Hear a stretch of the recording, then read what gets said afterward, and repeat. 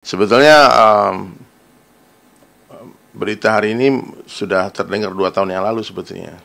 Karena aku tuh pertama kali mengajarkan syahadat kepada Dr. Richard tuh 2 tahun lalu. Ya, dan dia mengakui keislamannya itu ya sejak awal itu, sejak pertama kenal itu dia mau belajar Islam, tapi bahasanya mau belajar dulu. Kemudian setahun yang lalu aku diajak lagi bicara 4 mata ya di satu restoran di Palembang dekat airport. Dia bilang aku sudah fix, sudah muslim sekarang, tolong rahasiakan. Tapi waktu itu aku cuma ngasih tahu satu orang, Ustadz Felix Xiao. Jadi keislaman Dr. Richard Lee ini sebetulnya sudah dari 2 tahun yang lalu. Jadi kemarin terakhir itu aku diundang ke Sayap Suci kan, lagi ke restoran itu yang non alkohol katanya.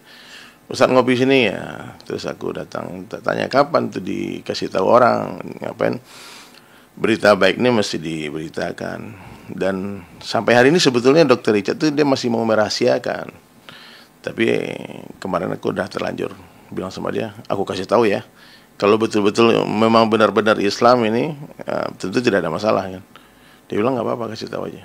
Dia belajar sungguh-sungguh, dan komunikasi saya dengan beliau itu bukan hanya di konten, tapi hari-hari kita WhatsAppan, kita teleponan, dia tanya-tanya tentang Islam. Waktu di London dia nanya, kok di sini nggak banyak masjid gitu. Jadi banyak pertimbangan kenapa beliau merahasiakan itu ya, karena keluarga masih non muslim semua kan, beliau jaga-jagalah. Tapi mudah-mudahan tidak jadi masalah ya. Karena aku 40 hari ini nggak main sosmed, nggak tahu apa yang terjadi sebetulnya. Ya, jadi pas lihat komen-komen orang kok malah ada aneh juga kan, ada orang yang negatif, yang suuzon ketika ada orang mau masuk Islam gitu. Siapapun yang mendengar berita ini, sangka baik sama Allah, sangka baik kepada hamba Allah, dan itu adalah amalan yang tertinggi dalam Islam. Dan amalan yang terendah, yang terburuk dalam Islam itu sangka buruk kepada Allah, sangka buruk kepada hamba Allah. Dengan segala konsekuensinya, saya bilang kan, mau ngaku sekarang, mau ngumumin sekarang, mau ngumumin 10 tahun lagi, buktinya udah ditunda-tunda 2 tahun, tetap aja sama aja kan. Malah menghambat langkahnya Dr. Richard juga untuk belajar Islam dengan sungguh-sungguh gitu. Sekarang lagi belajar sholat. Komunikasi Dr. Richard bukan hanya dengan aku, dengan Ustadz Felix Xiao, Ustadz Fatih Karim, dengan Ustadz Salim Afillah, dengan Ustadz Dennis Lim, dengan banyak lagi lah yang nggak bisa disebut satu persatu namanya. Itu bukti kesungguhannya beliau belajar agama. Tak ada orang sempurna ya. Kalau orang mau lihat buruk ya pasti orang benci sama beliau. Tapi kalau orang lihat baiknya Dr. Richard, pasti orang sayang sama dia gitu. Dia nggak mau kalau dia yang mendeklarasikan keislamannya nanti ada orang-orang yang tidak suka, menganggap dia mengambil manfaat ataupun mau, ya itulah bisikan-bisikan syaitan yang menghalangi dia untuk terus mengakui keislamannya gitu. Saya takjub ya waktu saya diundang podcast pertama itu, dengan mata berkaca-kaca dia bilang dari dulu tuh saya pengen bangun masjid, boleh nggak saya bangun masjid? Berkali-kali dia tanya boleh nggak.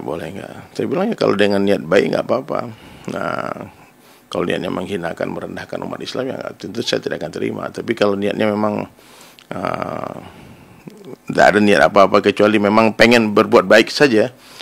Waktu itu saya bilang kalau dokternya muslim tentu pahalanya lebih besar gitu. Dan pertama kali syahadat itu saya ingat tuh di tempat makan es kacang merah di Palembang tuh. Saya masih ingat tuh, waktu itu aku lagi live TikTok, dan ratusan orang yang nyaksiin tuh beliau syahadat.